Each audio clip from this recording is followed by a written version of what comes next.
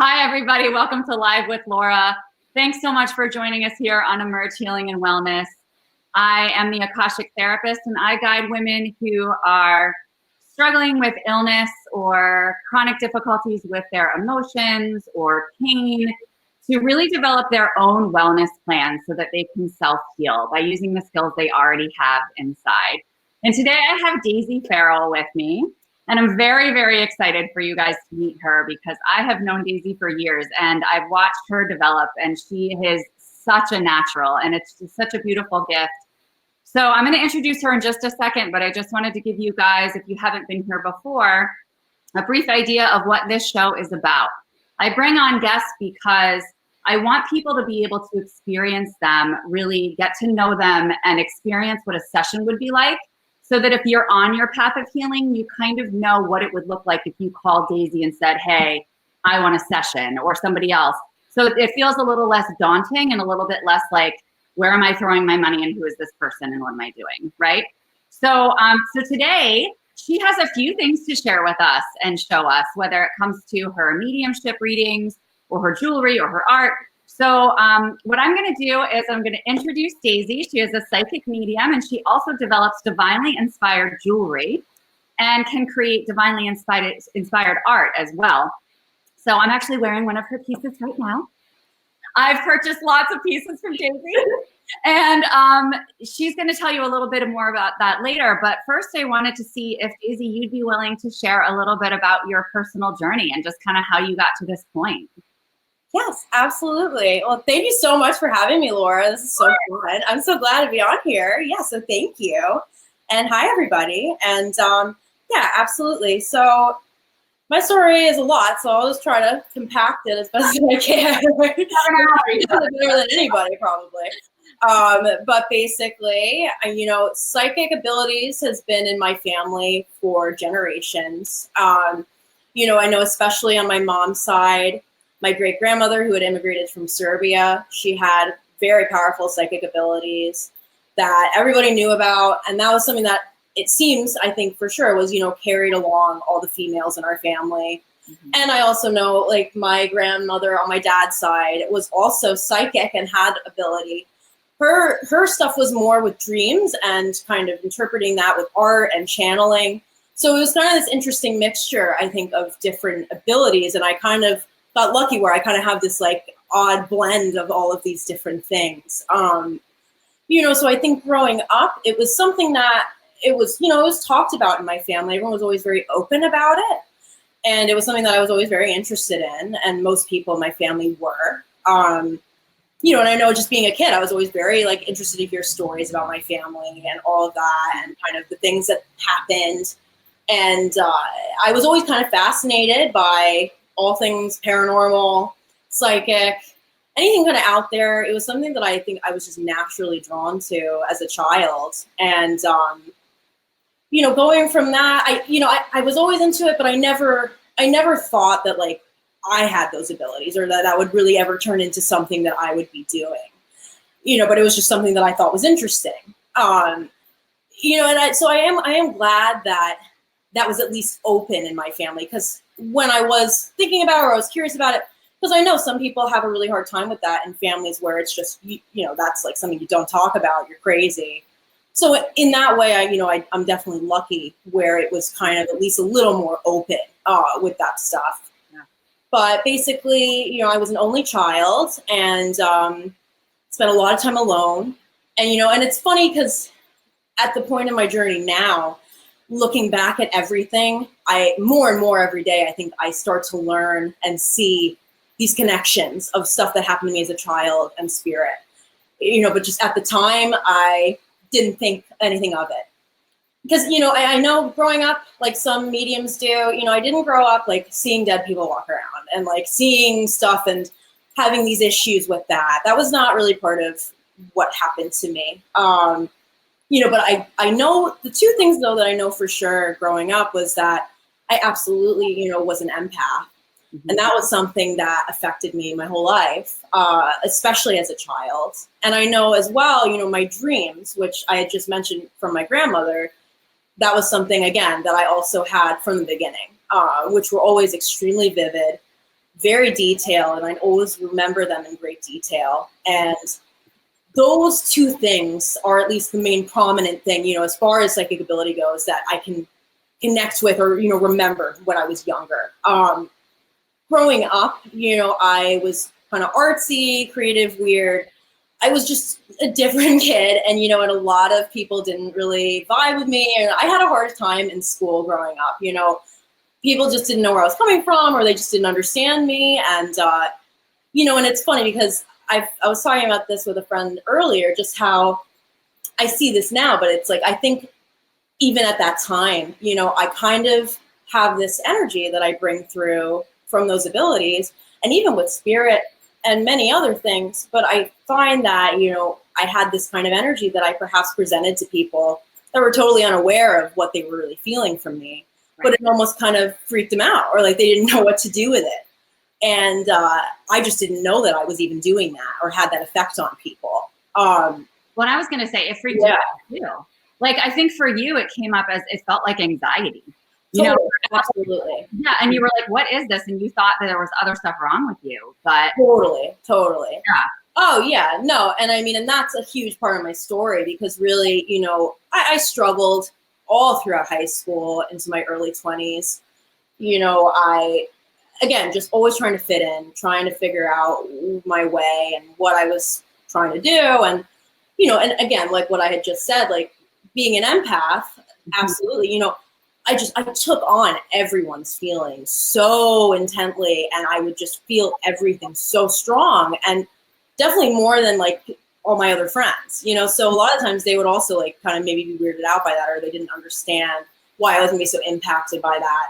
And I also, you know, I dealt with a lot of codependency stuff because I felt I didn't know how to like disconnect from other people's energy, what they were going through, and I felt almost responsible for all these people, you know. And I think also as I got a little older, I definitely attracted people that were in pain, that were suffering. And I had this natural just want or need to like heal them or help them. And, you know, again, and it's just looking back now at all this stuff, I see so more and more and more, you know, all this stuff that happened to me, and how, you know, strangers or people I didn't know very well would always come up to me and just unload like their life on me and tell me really personal stuff. Because again, I think I held that space, that energy for them without even realizing it. Right. That's what I was going to say. I mean, I think you were just drawn spiritually or energetically. Right. Long time to serving this purpose of kind of helping people. And so it felt like you were responsible for their feelings, but I wonder if even on like a soul or an energetic level, you do have some level of responsibility, because you absolutely whatever purpose that, you know, spirit has for you. Yeah, exactly. Yeah, no, and I, you know, one thing for sure as well is that I always felt an innate like need to help others. And that was something that was always just so natural for me. I always got the most joy out of just helping other people. And so, you know, I think my whole life that was always something there where I just knew that that's something I wanted to do. I just didn't really know how.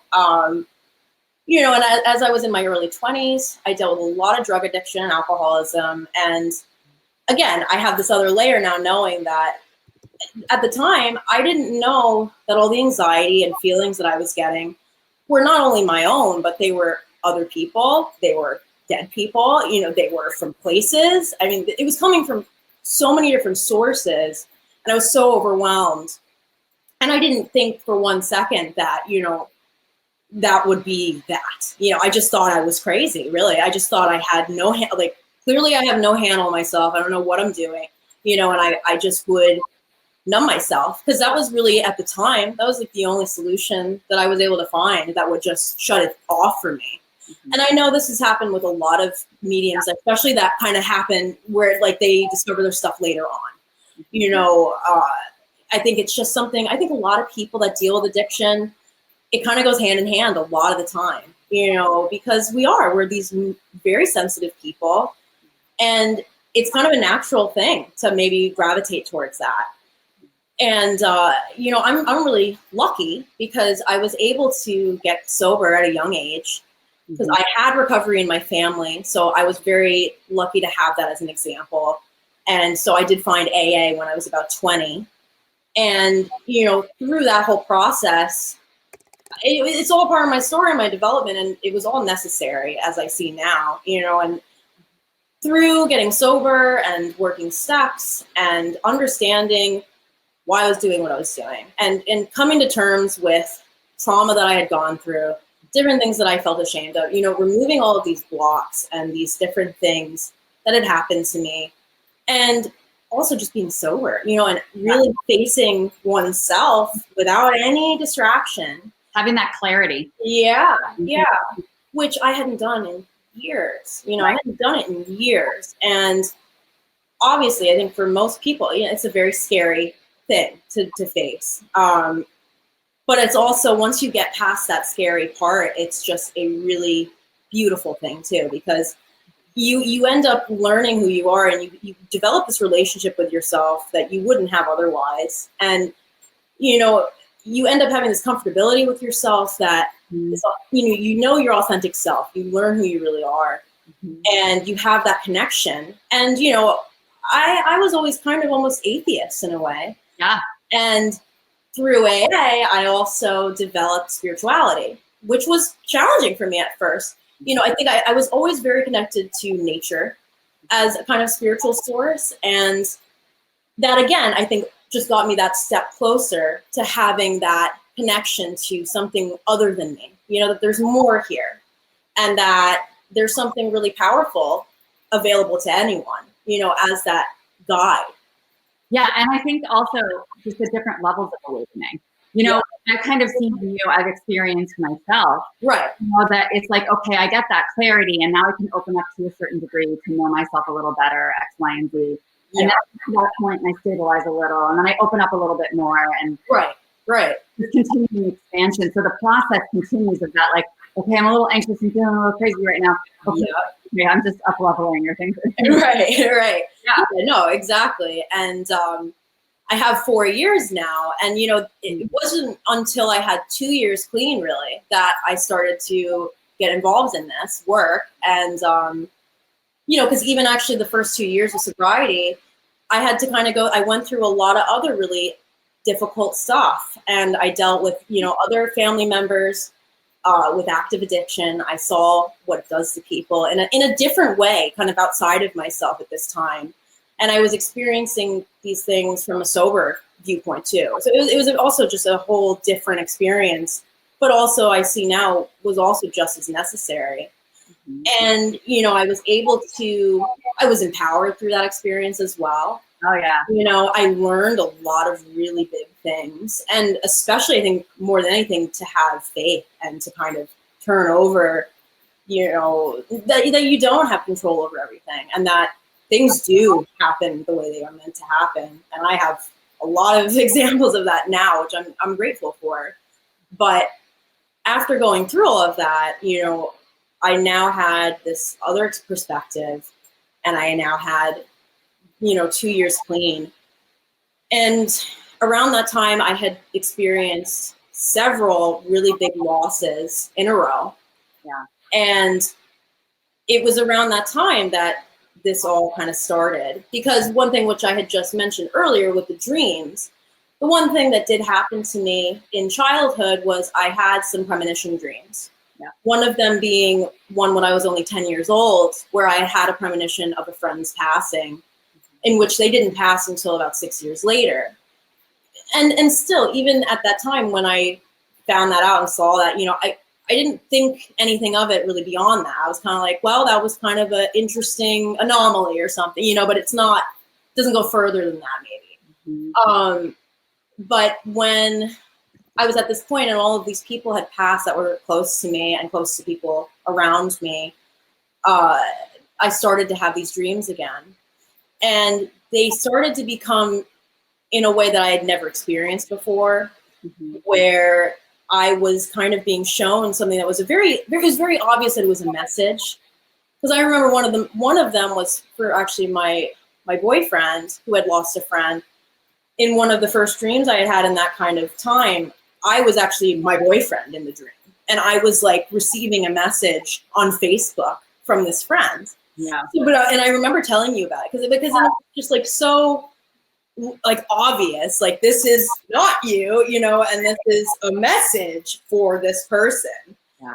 And I just remember like waking up from that and kind of being like, well, that was weird. But again, I didn't think much of it. But also at the time I had gotten a little bit into oracle cards and tarot cards. And that was probably, you know, again, just like you were saying, these levels of kind of developing and getting a little more close to that stuff. You know, a little before this happened, I started to get really into crystals and into oracle cards. And, you know, I see that now. It's like energy. I was starting to get connected to certain energies and to working with my intuition or working to just with connection with oracle cards. And I just kind of just did them for myself, though. You know, I would do it with friends and just kind of like messing around for fun. And I have one deck in particular that has a card that says mediumship on it.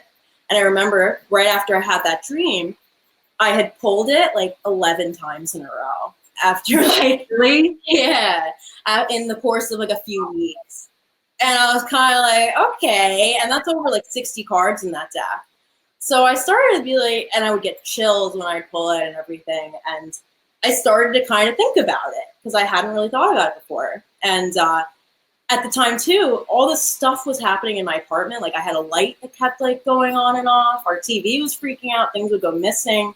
There was like all these like little things. And I think it was just obviously spirit trying to get my attention. Yeah. You know, so that happened and it just made me, it kind of planted that seed for me. Yeah. And I had experienced another loss around the same time. And that was one of the most like profound dreams that I had had, where it was really where like I wasn't even in my body and I'm kind of just shown this blank screen almost. And this friend of mine is just talking to me, to her daughter, just directly. You know, I'm getting this message and it's basically just like, you're just listening to this. And I remember waking up from that and just being like, there's no denying that that was, you know, definitely that. Mm-hmm. It's just, it's a different type of dream compared to other ones that I used to have with other loved ones. You know, it was very direct as a message. Well, and I think as you become more in tune with your energy too, you can feel the energetic difference. Oh, absolutely. Yeah. I'm just having a dream about X, Y, and Z, and I'm, you know, having. Right. Yeah. Yeah. And whenever I would have like premonition dreams, which I did, you know, have several before this too, I could always like feel, I would always feel that when I would wake up, if it was like, if it was an important dream in that way. Yeah. So I would just, I know I would feel it when I would wake up. And little things just kept happening over time that just kept connecting me. I ended up connecting with that daughter actually, and she became a part of my life. And I shared that message with her later on. Mm-hmm. You know, and I just see how none of that is by mistake. And I know that was so part of that. And also around that time, I was talking to you about it, you know, and you were actually one of the main people that really encouraged me to kind of explore it further, which I'm very grateful for. And I know you. And so I went to a medium that you had recommended. Mm-hmm. And I remember being so nervous about that. I had never gone to a medium before. Right. Yeah. And I like didn't know what to expect at all. And it was an amazing experience. Yeah. And he had validated all of this stuff for me. Mm-hmm. And it was incredible, you know, and it just gave me this sense of like, okay, I'm not losing my mind. I'm not just being delusional here, which, you know, it's hard to believe sometimes. And, you know, but I still, it's like, and I remember even saying to him, I feel like the top medium in like the universe could tell me that I could do this, but I just wouldn't really buy it, you know?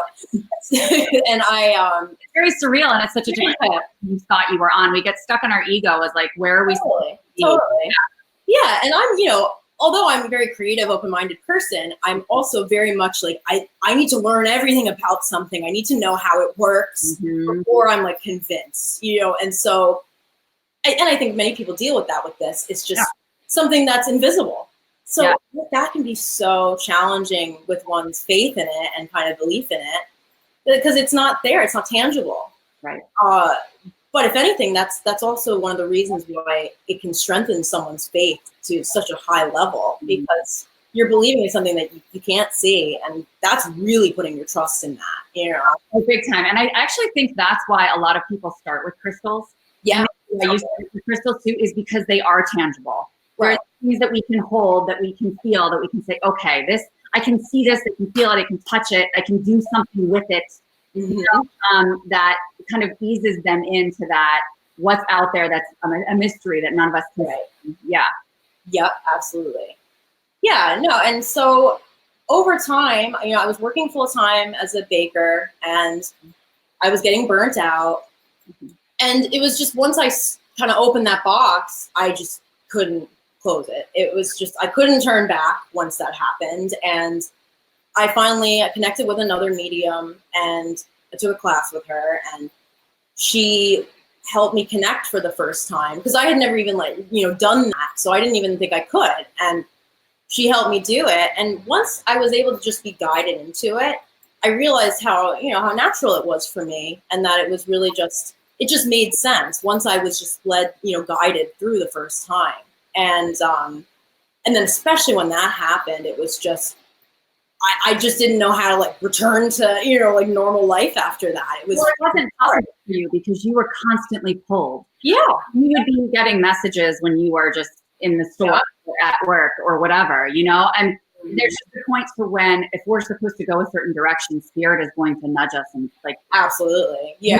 It was undeniable for you at that point. Completely. Yeah. And, I definitely resisted it for a long time, for a while, I think just partially because I had already gotten my BFA in art. Yeah. I had done all these other things, and I was like, wait, so I'm just doing this now, and obviously I see how all those things can be integrated into this work, which is another reason why I love it. But I just was coming up with all these different excuses as to why this wasn't going to work, or, I'm too young, or, whatever. I was just trying to think of anything I could think of. And again, just still not believing in it, or that I could do it. And, just from that, and then I started practicing, because I had to practice for homework for this class. Right. And so it was just, the more and more I did it, and I just saw how it was helping people. And I still get surprised myself, doing it. I'm like, oh, good job. How do they do that? It's amazing what it's really, really fascinating. I just think the whole process of mediumship is fascinating. Oh, it is. I mean, even every time I do an Akashic record reading, I come out of it and I'm like, oh my gosh. And I'm like, I did cross spirit, but I'm still a human. Yeah. And so I go through those, wow, that was so accurate. That came through. Oh my God. I know. Yeah. I always love, I think that's one of my favorite parts about it. It's just really so interesting how, because every single spirit's different. It just depends on their personality, if they were more of a visual person or if they weren't, all of that can kind of change the way that they choose to convey messages to me. And it can always be, it's just always so interesting the ways that they choose to do that. And it's just, you're never bored with this work, that's for sure. It's always changing. It's always different. It's fascinating. That's what I love about your perspective too, is that you really are aware that spirit uses each one of us we all have these abilities. Right. Tune these abilities, to communicate in the way that they need us to whoever needs to receive the message on earth. Right. So, you don't have the mindset of, well, I can't do this because other people are, or there's something out there, but that that spirit communicates with you because of experiences you've been through, because of your creative mind, or the way that you have viewed the world, or whatever. Right. And that there's going to be specific people that resonate with you just because they need to hear it in that way. Right. Well, definitely. And, and I also, just going back again to just how my whole experience with recovery and everything, although even at the time when I was getting sober, I had kind of made peace and accepted and understood how I went through this obviously for a reason, and I think to help people. But, now adding on the mediumship, it just created this whole other layer to it that makes it even more just amazing to me. And, having all of those experiences, which I think many mediums can agree with, it's just, like you just said, they use what you've experienced. They use every part of your past, what you think, what you've seen. And so, I get a lot of addicts. I get a lot when I bring through spirits, but it's something that I'm actually very happy about, and I'm glad to do, because, you know, unfortunately, I think that sometimes there's not enough mediums that maybe connect with those kinds of situations, or at least don't have maybe the experience that I have had. Mm-hmm. And I mean, that's also why there's so many different mediums, because there's an endless amount of types of people to connect with, and it's all necessary, you know, because I'm not necessarily going to blend with certain people. Right. Maybe be the best person to deliver that message. But I feel already so passionate about addiction and recovery and all of those things. So it's just a really amazing way to be able to kind of combine those two things. Mm-hmm. Because I just think losses through addiction and everything, you know, a lot of pain and everything. So to be able to provide that kind of healing for that sort of situation, and have that also that deep empathy and understanding of it, you know, I just feel really blessed to be able to do that for people. I actually have a question that came through. I don't know if you can see it, sure. But her name is Sarah, and she's asking, were you scared when you first realized you had this gift? I mean, that's a great question. I think everybody deals with fear when it comes to this stuff. And, you know, in a way, yes. I think, well, and that's what's been really interesting for me through this whole journey, is that when I was younger, I was very kind of fearful of this stuff, of ghosts, of bad things. I had a very different perspective on it. And I kind of felt, oh, there is this stuff that can hurt me or whatever, like evil things. And I would get really very afraid of it. Yeah. And, you know, when I started dabbling in all of this and started to open up to it, I was still new, and I still didn't really, well, I mean, I think to begin with, it kind of re-challenged me to kind of face what my beliefs were with all of this stuff. Yeah. Which is also really interesting, you know, and what it does to you, and kind of revamping or re-challenging your spirituality, your view on everything, you know, it kind of makes you reevaluate everything. Because you're like, wow, you know, I was wrong, or I just, you know, all this new stuff is presented to you. That's a lot to take in. And, you know, and I think there's a lot of stuff out there saying, like, you need to protect yourself, and, you know, you need to, like, do all these rituals and everything. And, you know, I'm not saying that those things aren't helpful and important. I think everybody needs to figure out what works for them to make them feel protected. I know personally for me, you know, when I started out, I was too open. I was too excited about just what I was doing, and I was open all the time. Yeah, you were. Yeah, and that did generate fear, in the sense that I got horrible anxiety to the point where I didn't want to leave my home. Yeah. I would be so bombarded with energy, you know, and I think, but the thing is that, at least in my experience, you know, I'm not saying that maybe that stuff doesn't exist, but I just know in my realm with all of this, I've never experienced anything harmful, evil, negative, or something that feels like it's going to harm me. Yes. You know, and I just kind of view all of this work from a place of just pure positivity and love. Mm-hmm. And if anything, that's what I was trying to kind of get at, is just that it kind of healed that fear for me in a way.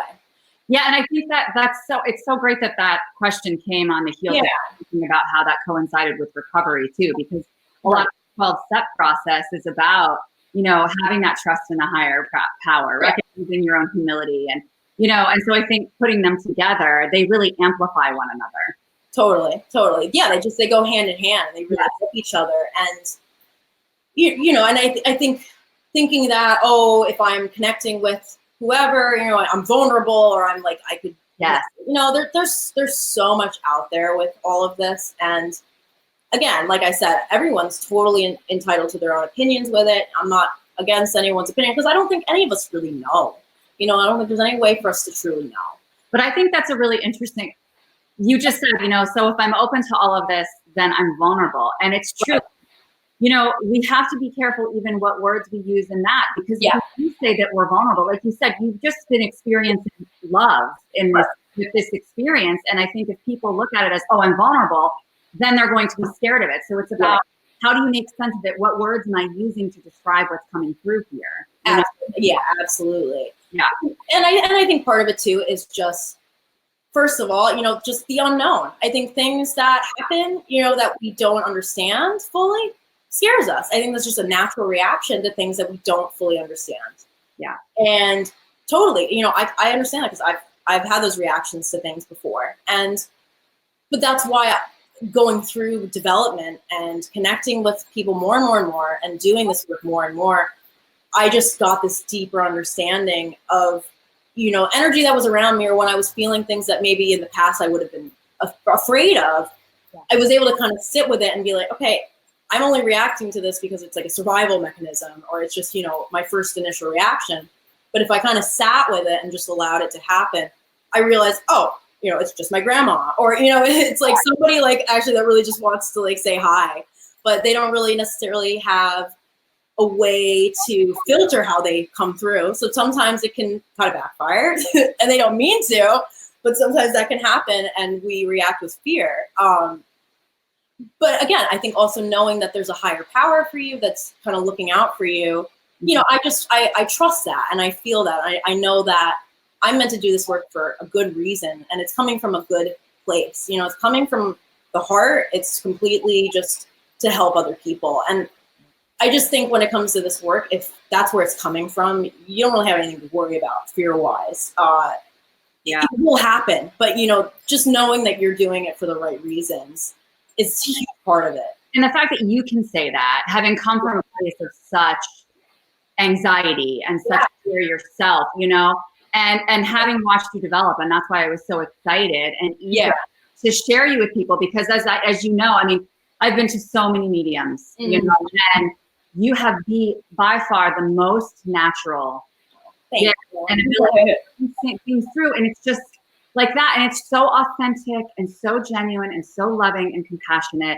And the fact that you also work with the tangible, with the jewelry and with the art. So which one do you want to start with? Because I want to be able to fit everything in, because we want to talk about the jewelry, and we want to do a little live reading. Absolutely. Yeah. So I can I'll give a little summary on the jewelry.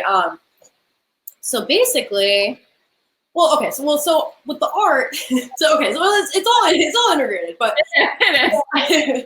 I did art my whole life. You know, I was always creative, always making things. And it's like this natural extension of all of this stuff. And I see that as well, and how it always was as well. And, you know, with art, I think I always had a hard time kind of articulating what I was feeling, because it was so complex all the time. I was getting such complex information and feelings. And art was always just this natural way for me to try to kind of translate it to people, or at least just get it out, you know, in a way that maybe made some sense to me. Mm-hmm. And so I'm very interested in absolutely kind of combining spirit art and doing that kind of work. You know, it's something that I'm working on at the moment, and it's something that I absolutely hope to offer to people very soon. Mm-hmm. You know, it's not something that I offer at the moment, but hopefully very soon in the future, I'll be able to do that for people. And, you know, I already do it kind of with my jewelry, and the jewelry aspect was that, again, I always was into making things. I always made jewelry. And like I had said a little earlier, I got really obsessed with crystals. Mm-hmm. And just like I had also said before, like I like to learn everything about something when I'm into it. Yeah. So I remember I have this giant book of crystals, and I read it it's like almost falling apart now, because I like read through it so much, and I just became so fascinated by it, and I got a little bit like almost like addicted to it, you know. I started like being really into getting certain combinations to have energy and to have the different healing benefits of them. And I was like traveling all over the place. I was buying all kinds of crystals online and everything, and I started to have this huge collection, to the point where my boyfriend had to build like 6 shelves for me. And he would keep having to buy, you know, make another shelf for me, because I had so many crystals. And one of the issues that I ended up running into was that I had a lot of like rare stones that were really small, you know, but they had like amazing energy, and I really wanted, I mean, the main reason I would get them was so that I could carry them with me to benefit from their energy. But, you know, I worked in a kitchen, and I would like try to shove them in my pockets and stuff, and they would get damaged, or they would break. I get really nervous about carrying them around. Some of them were so fragile that realistically, I just couldn't even do it. Right. And I was trying to kind of figure out a solution to that. And I remember I had just come across, I think it was at some kind of psychic fair I was at, and I had come across the aragonite pyramids. Oh yeah. Yeah. Which, you know, which if people don't know what those are, they're these little energy generators that a scientist had created a while back that they have a very specific component, you know, they're made in a very specific way with a copper coil in the middle. And they're meant to cleanse energy, kind of almost like, they kind of remind me of like Himalayan salt lamps in a way.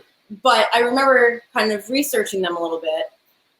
And I had learned about how resin, which is what they're made out of, is basically this amazing tool for crystals, because not only does it preserve forever, you know, and protect your crystals, but it, when it dries, it hardens and it creates this pressure that's like over 100 times normal pressure, you know, and it's under that amount of pressure infinitely.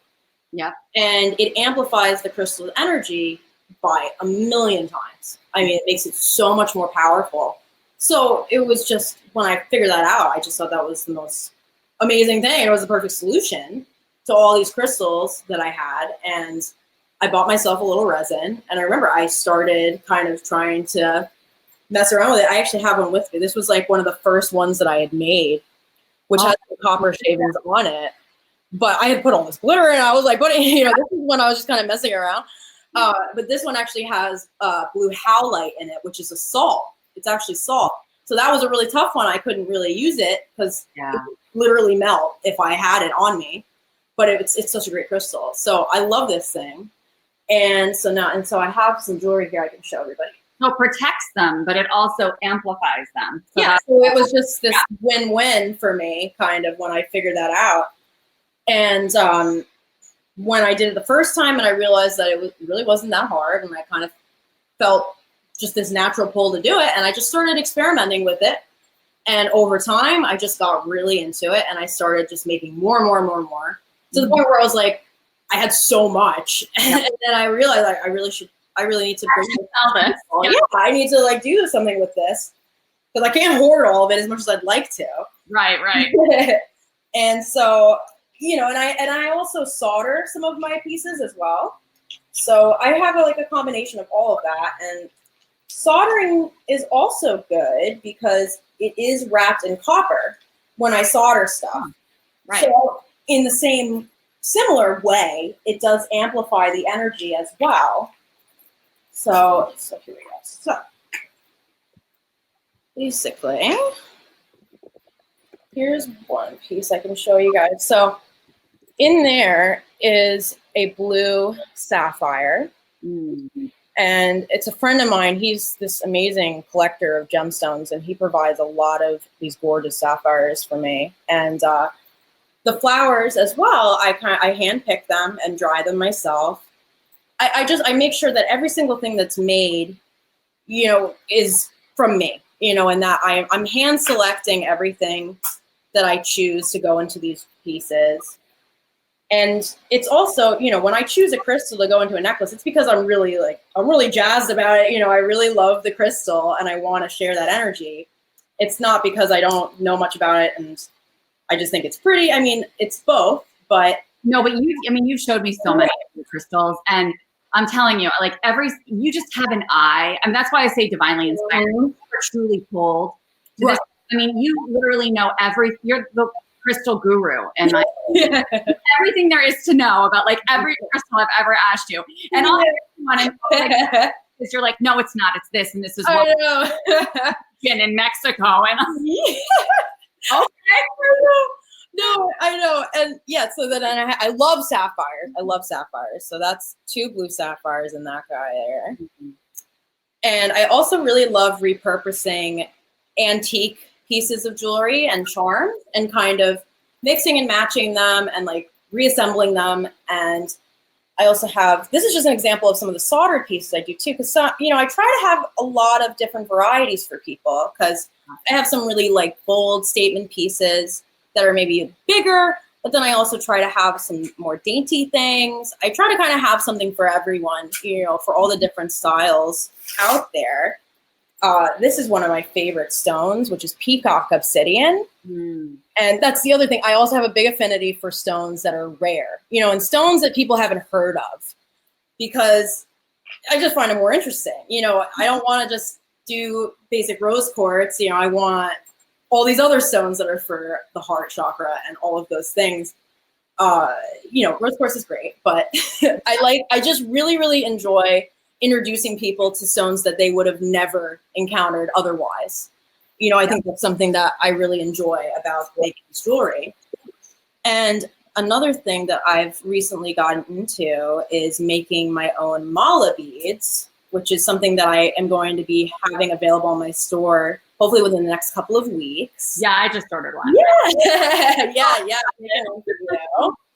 Very excited about that. This is pink kunzite, and it has Ethiopian opals in it, which you can kind of see in there. There's just a flash. That's something that I also love about the resin, is that it kind of creates this amazing amplification of the rainbows and reflections. And when they hit the sunlight, they look so cool. They look amazing.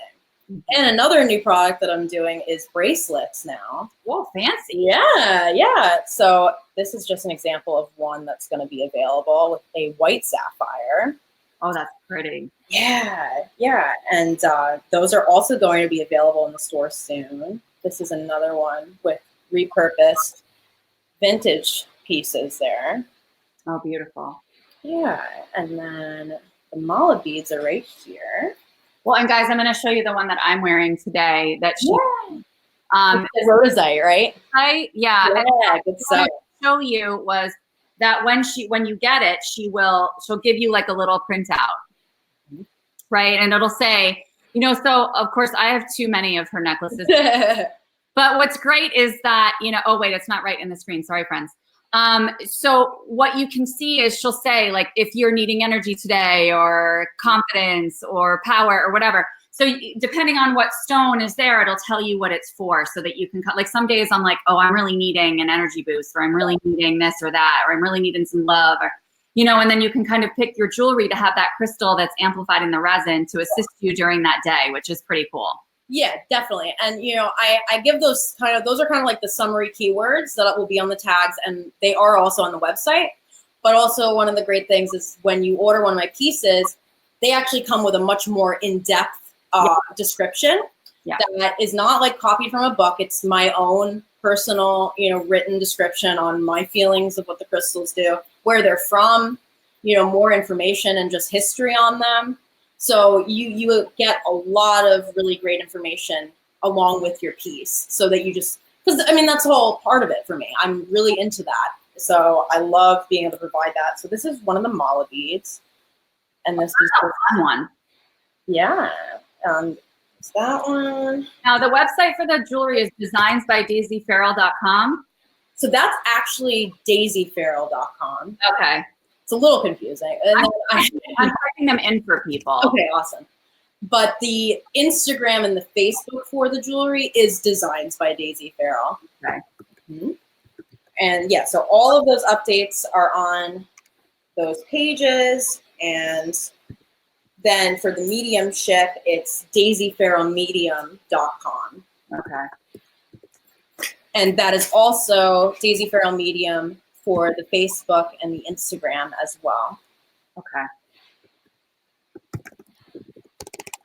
And then we'll do our reading. So yeah, absolutely. Okay, so you said Daisy Farrell Medium for Instagram. Yep, and Facebook. Yep. All right, that's all in there. So you guys can check out what she has in stock. And the other thing too, guys, I mean, she has the store, but I mean, she does everything custom. So like if you guys want a piece, you know, and you know, if you guys want to see even ones that I've purchased that I can post for you too, just so that, because everyone is so incredibly unique.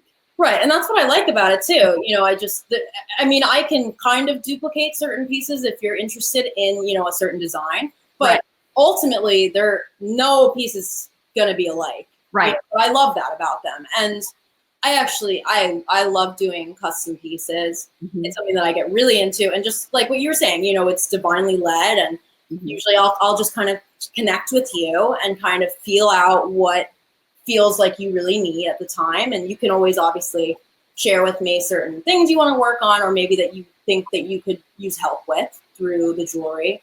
and then I can work on that for you and make a custom piece, which is awesome to have too, because that's really, you know, catered completely to you, which is really special, especially. So, and I love doing the custom ones too. They're really, really fun.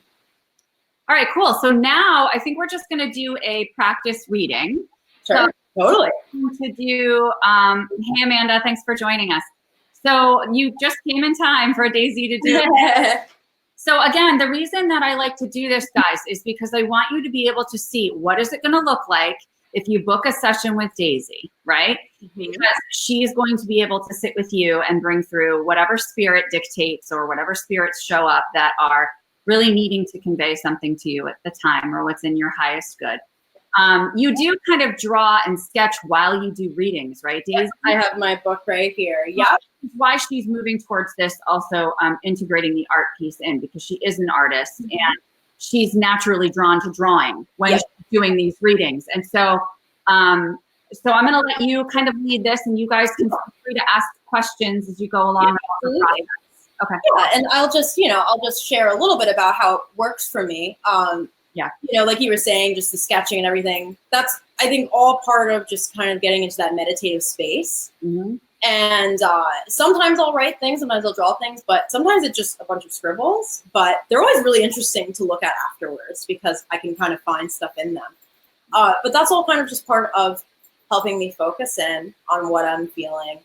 And basically, you know, mediumship has so many different modalities and ways that people do it.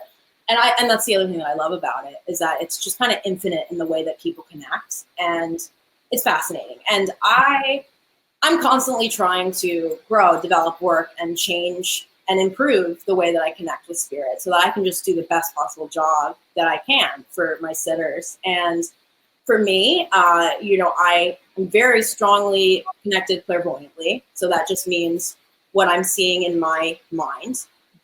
And I tend to say to people that basically it's as if you're thinking back on a really nice memory of yours in your own mind. It's the same thing, but basically spirit temporarily replaces my own with theirs. So I'm kind of sharing this consciousness with them. And depending, again, like I said earlier, based on the personality that they have, the kind of person they are, they'll use images. Sometimes they'll just use feeling in my body to tell me something, or thought, words. It can really be a matter of anything or a combination of all of them. And whatever, you know, they're so smart. They know what they're doing, and that's what's so cool about it. They'll always figure out what's the best, you know, way to go about that. And all right, so you know, I'm just gonna let's get into it. So. Laura has a lot of people that like to like to bother me, so I've done a few readings for her. So this is what I always have fun with them. So let's see.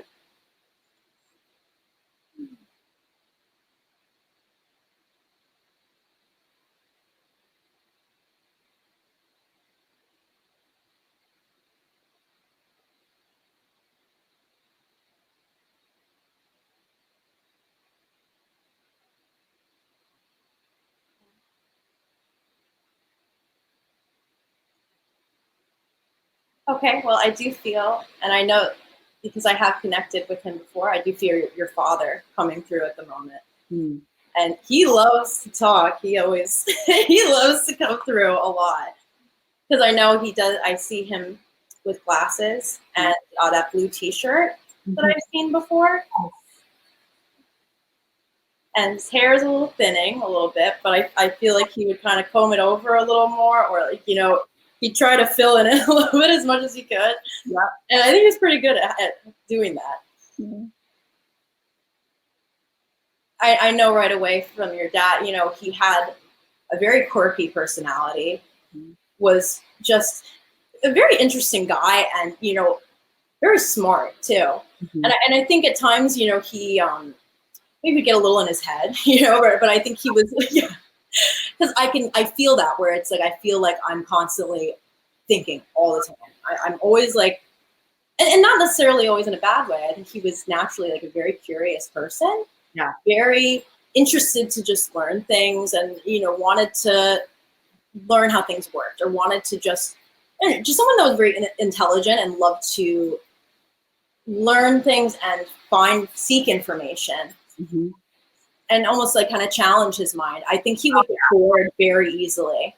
I get this feeling that he was very kind of like anxious sometimes. Like he would like have a lot of like hyper energy in a way. And even more so, like not necessarily even physically, but more like in his mind. I think he just had a lot of nervous energy sometimes. And I know he's showing me again, I feel like he would do like puzzles, like crossword puzzles. Yeah. Like, I know he loved like brain teasers or like things like that. I think that was something that helped with that issue. He would kind of use those things to channel that energy, and it would help kind of calm him down a little bit. He liked having, I feel like what he's saying about those is like he liked having kind of this task that was very like straightforward in front of him, so it was just a very like straight, it would simplify things. Yes, that's what I was thinking. Yeah. Yeah. Because I think that was something that he had challenges with, was just that, he had a lot of energy, he had a lot of inspiration, and was very passionate and smart and driven. But I think, because I think I relate to your dad in just the sense that I have so many ideas, but then I get like overwhelmed, and then I don't know, I almost paralyze myself because of it. Or like, I just like burn myself out because I can't like narrow it down to one thing, and I get kind of burned out.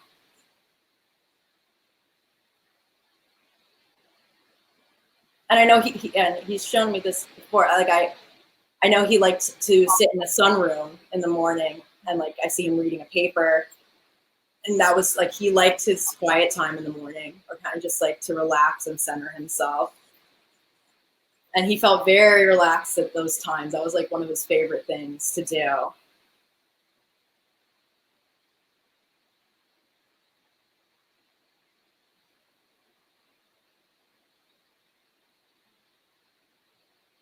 And I feel that he would have, it's two brothers? Mm-hmm. He had two brothers. Okay, thank you.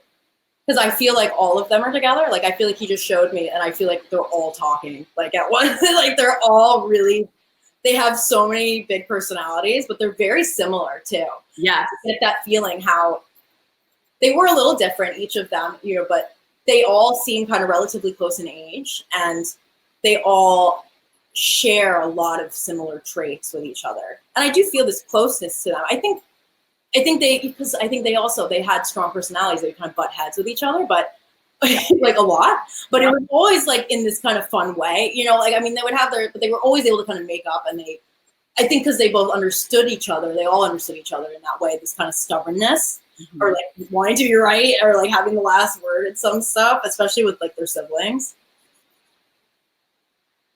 And I feel like they're just all showing me that they all like hang out, they're all hanging out now, and they're all like kind of bantering with each other in a way, but they're having like a good time.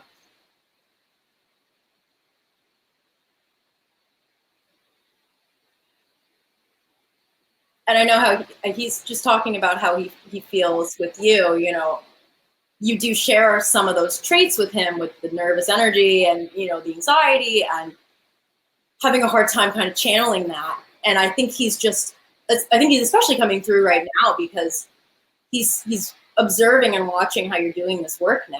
And it's really exciting for him. And, because I think he was maybe, this kind of stuff would be a little out there to him in a way, where he'd be kind of like, oh, that's a little weird, Like, I think it would be kind of hard for him to like wrap his head around, maybe like, when he was here. Yeah. Which I actually find this happens a lot with other people that I've connected with that do this kind of work. Like certain loved ones that maybe would have been more blocked about this stuff, in spirit, obviously they can't really deny it there, like they understand it in a way that they wouldn't have otherwise. And so he gets it, in a different way now, and I think he's like, I think he's patting you on the back. He's just like, he's really proud of you. And he's really excited about the work you're doing. And he's saying, I mean, you've always been amazing at helping people. It's just what you're meant to do. Absolutely. And I think he's almost saying that by doing this work, it's helping him. And it's kind of showing him, he's learned better kind of about how to deal with that stuff, and how, it can be channeled in different ways. And, I think he had a hard time figuring that out when he was here. I get a feeling that when the way he was raised and everything, it was very much like you work, you get your work done, and that's, because I see this a lot with people from that generation too. Working is like how you get that approval. And it doesn't matter what you do to yourself physically, mentally, emotionally from overworking. It's like they don't really care about that. It's like about what you accomplish. And I do feel that was something that was so ingrained in him. And it was so hard for him to break away from that. And I know he definitely had a workaholic problem. Oh, yeah. And overworked himself a lot. And I think that was one of the hardest things for him to deal with. And I do feel I'm seeing him drinking like whiskey, or like a tumbler of whiskey, like scotch. Yeah.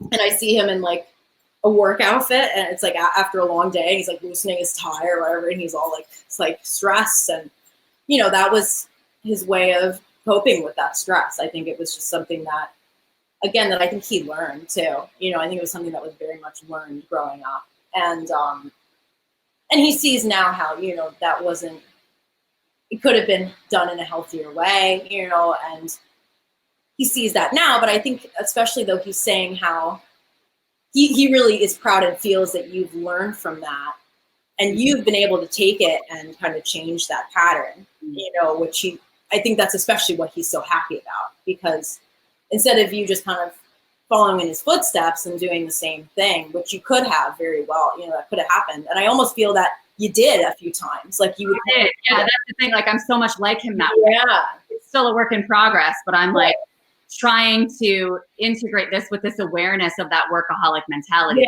Yeah. And try to balance it. Yeah. Yeah. No, so I just feel that he's saying how, it makes him so happy that you were able to kind of take everything that you learned from seeing him, and now you're using it, to help people, and to not only just help yourself and heal yourself and learn new ways of channeling that energy, and just to help other people learn from his experiences, which I think, if anything, even because he wasn't maybe able to do it for himself, that makes it worth it to him, because it's being passed along in the best way possible, Yep.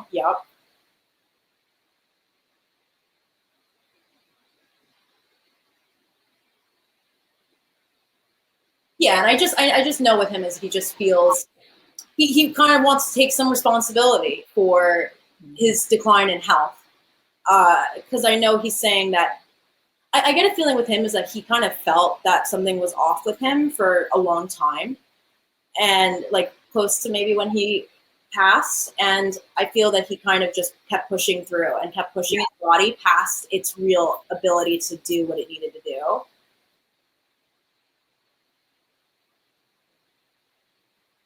And I am seeing a cigar, so I don't know if he smokes cigar. He smokes cigar. That's what created the oral cancer. Yeah, right. Yeah. Yeah, so I know he had those very natural like habits of, stress relief, and the combination of that with not taking care of himself, it got him sick, and he does take responsibility. He wants to take some responsibility for that, in knowing that he kind of like felt it coming in a way, or like he feels that, he didn't take care of himself enough. Mm-hmm. And he's sorry for that, because I think that's what he's trying to say, is just that he feels, he feels guilty that people maybe had to take care of him or whatever. And I think that's also what he's explaining, how it was very challenging for him when he got sick, because I think he was somebody that, he got everything done. He was the one that people relied on. He was the one that was in charge of everything, So to have this major role reversal with becoming sick, I know that really challenged him. But in a way, I think he's also saying now gave him this perspective and awareness of like, you can't do it all, and you're not supposed to. Right. Mm-hmm.